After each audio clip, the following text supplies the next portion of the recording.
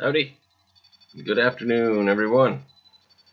First, let me say congratulations to the Warriors as well as the Boston Celtics for making it to the NBA Finals. It should be a very interesting series. But, obviously I'm rooting for the Warriors, but I do really like Boston as well. Yeah, I've been a bit of a Boston Celtics fan, but my second favorite team from the West went the hometown team, the Warriors. Gotta root for your hometown team.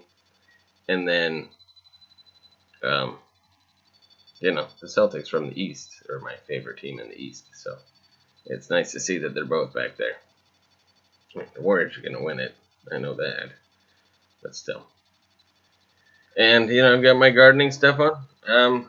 Summertime, not so much for gardening for me. More of a weeding sort of thing. So, get out there still. Get just a little bit of sun. It's supposed to be hotter this week, so be careful. But let's get to what our class is for today. So I did promise you, because one of our last classes we brought up something that was an ancient wonder of the world. And so now we're going to go over those 7 ancient wonders of the world and what they were and how impressive they were. So I'm excited because I know about some of them, but not all of them. And this is something I've wanted to know, so I'm, kind of giddy to find out myself. All right, so let's do this. All right.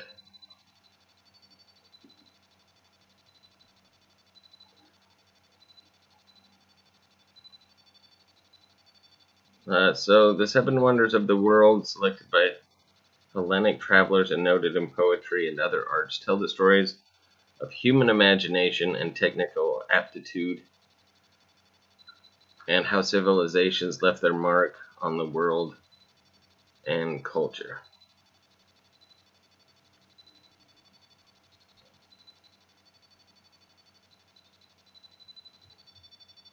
So, amid the march of progress throughout the modern world, which is, I guess, our world, evidence of the Earth's rich past exists in historical constructions that tell the stories of human achievement. Among these, 7 were deemed wonders, hallowed examples of the contributions of ancient Mediterranean Middle Eastern civilizations. The 7 wonders of the ancient world were originally chosen by Hellenic travelers passing through Persia, Babylonian, and Egyptian lands. They made careful note of these structures in travel guides, artworks, and poems, although lists of the wonders were created as early as the 5th century BCE. The most famous example was developed by the 2nd century Greek writer Antipater of Sidon, who celebrated the feats of human ability through poetry. Gotta love poetry. I know I do.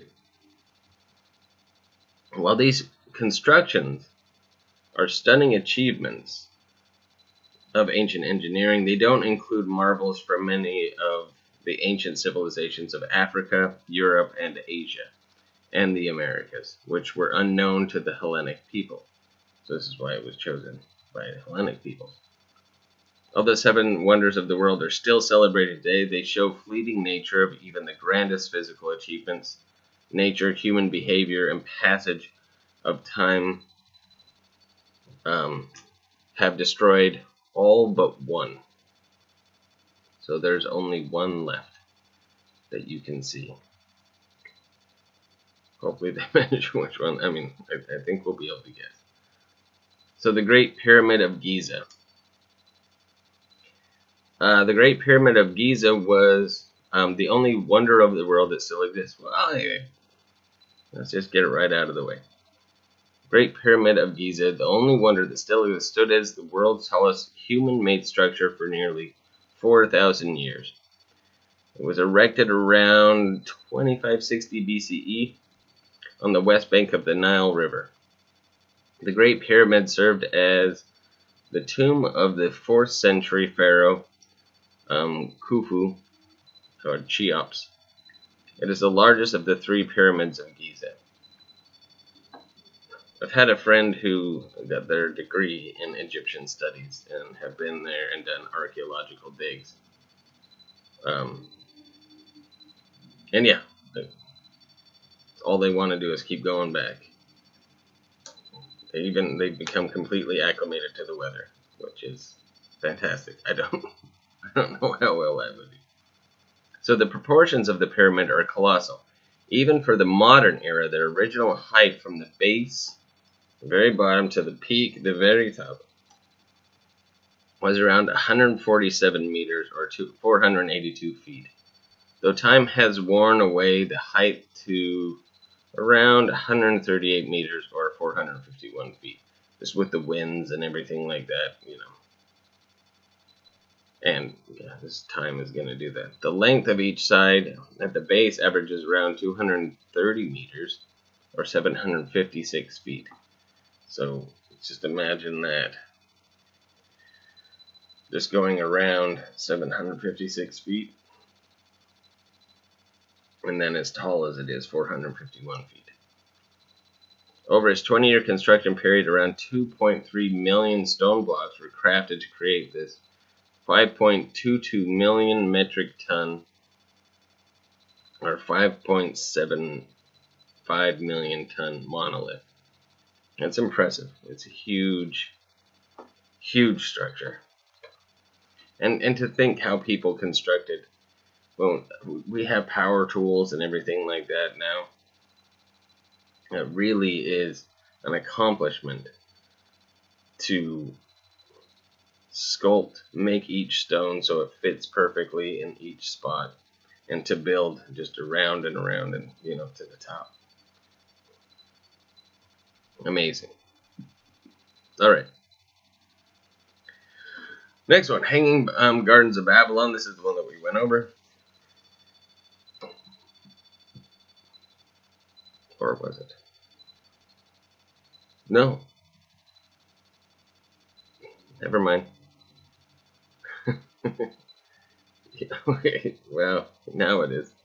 And despite being named one of the 7 wonders of the ancient one of the 7 ancient wonders, there is not much first-hand evidence that the gardens actually existed. Those who have claimed to witness the gardens, including Greek historians Strabo and Diodorus Siculus, describe them as marvels of agricultural engineering, an amazing array of blooming flowers, luscious fruit, exotic foliage, and impressive waterfalls were said to have filled them. The Hanging Gardens were believed to have been built around 600 BCE by Nebuchadnezzar II, who ruled Babylonia from 605 to 562 BCE. So, sorry, I got my classes out of date. I do a lot of classes. Next one up, the Statue of Zeus. So it took the most renowned sculptor of the ancient era, Phidias, to create a statue worthy of celebrating the fabled god Zeus. Housed in the temple of Zeus at Olympia in western Greece, the statue showed Zeus seated on a throne, crusted in gold, precious gems, ivory, and ebony. Zeus held a statue of Nike, the goddess of victory, in his right hand. A scepter topped with an eagle was held in his left hand. Many of those who gazed upon the 12-meter or 40-foot statue, I mean, think about it, like Shaq, or any of the tallest people you can think of, are about 7 feet tall now, so, and you gotta get 40 feet of that, so you take 7 Shaqs and then some, and you got yourself that statue. So the statue commented that the proportions of Zeus inside the temple were off. Regardless, well, maybe people lied a little bit, I don't know. But proportion of Zeus inside the temple were off. But regardless, the statue was revered by most as a stunning earthly representation of the great god that filled passerbys with awe until it was destroyed in an earthquake in the 5th century BCE. That is sad. I mean, that didn't make it to the ADs that we're in. That was a long time ago. I mean, it lasted for a long time, and then big earthquake, gone.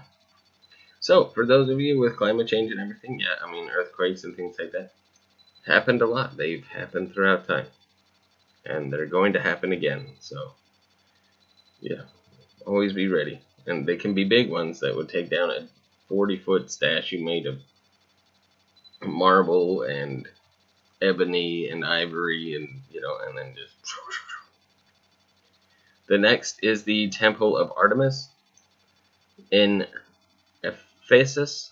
Yeah, that's right, Ephesus, an ancient city in what is now known as Western Turkey. A temple was constructed that was reportedly so magnificent it caused Philo of Byzantium to say, "I've seen the walls and hanging gardens of ancient Babylon, the statue of Olympian Zeus, the Colossus of Rhodes, the mighty work of the high pyramids, and the tomb of Mausolus. But when I saw the temple at Ephesus rising to the clouds, all these other wonders were put in the shade." Take that, everyone who's tried anything else. The temple, originally constructed to celebrate Artemis, the Greek goddess of the hunt, became a revered place of worship. It went through several phases of destruction and rebuilding. The most famous iteration, completed in 550 BCE, was about 115 meters or 377 feet long and 55 meters or 200 meters wide, or 200 feet wide, sorry, including 127 Ionic-styled columns, and was decorated with fine sculptures and paintings. Man, I wish I could have saw that. Its final destruction was initiated by Herostratus, who sought fame by destroying the beautiful creation. Wow. That guy's not cool at all. It's ruined by Herostratus, and the ravages of time have obliterated all but few remains of the Grand Temple.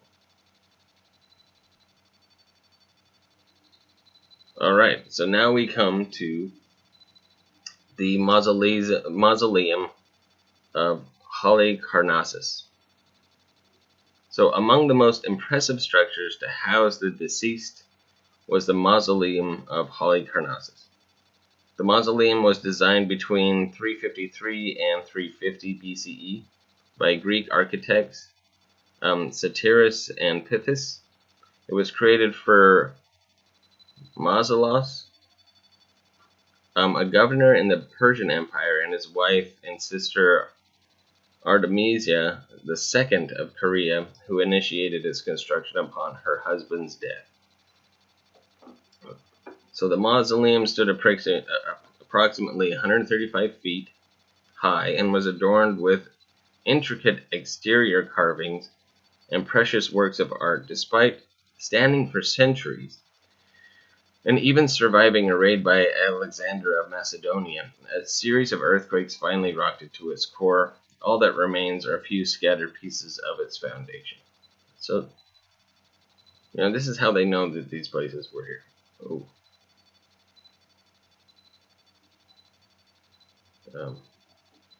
Uno momento, por favor. I don't know what happened.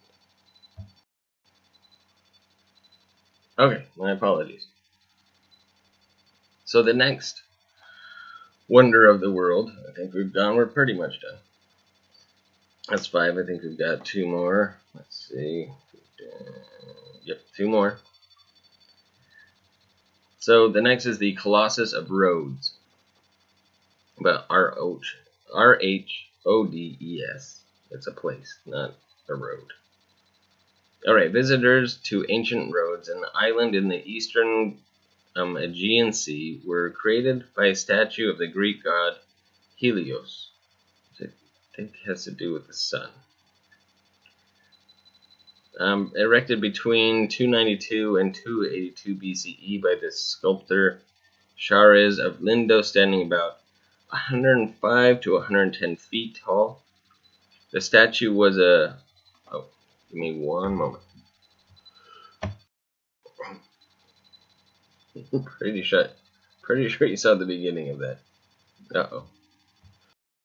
The great thing is I haven't even started gardening yet, so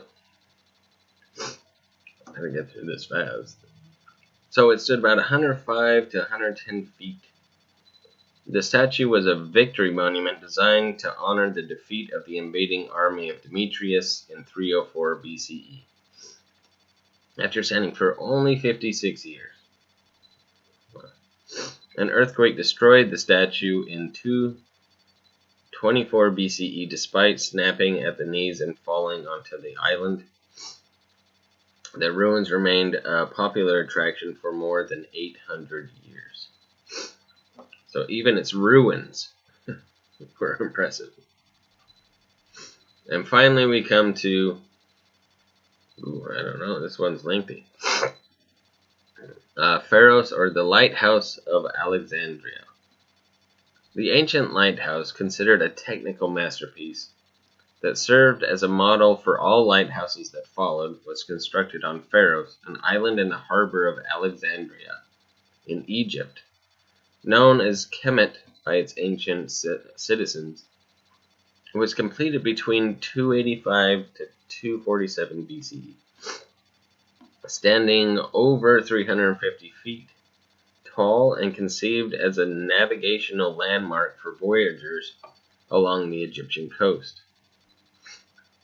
The lighthouse was constructed in 3 distinct stages: a square stone base, an octagonal middle section, and a cylindrical section at the top. Oh, interesting. So it would have a base, and then an octagonal, and I don't know, octagonal sometimes it means, I think that's 12-sided. Sometimes it should be 8-sided, because like October, it's supposed to be the 8th month, but we've gone over that before. But sometimes octagonal means 12, but still. So you got your base, structure, and then at the very top you have a cylindrical, so oh wow, so you have a cylinder at the top,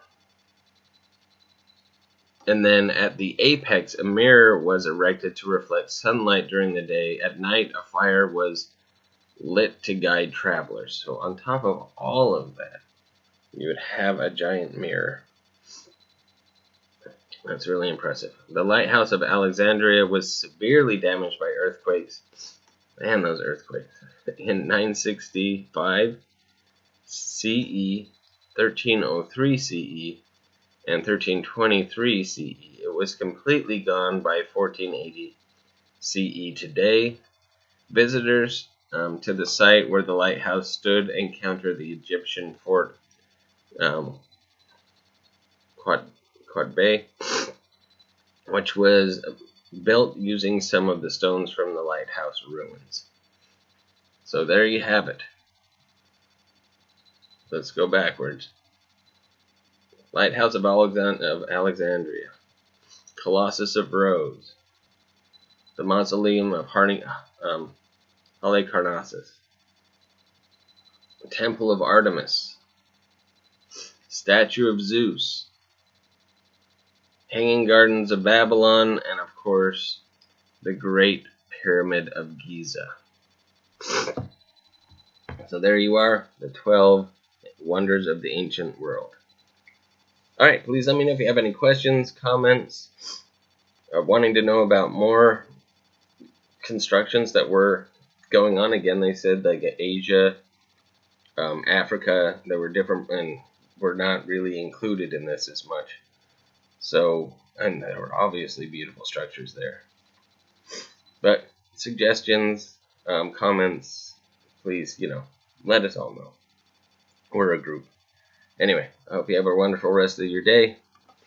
Maybe get out and do some gardening, or just enjoy the sun. All right, ciao for now, everybody.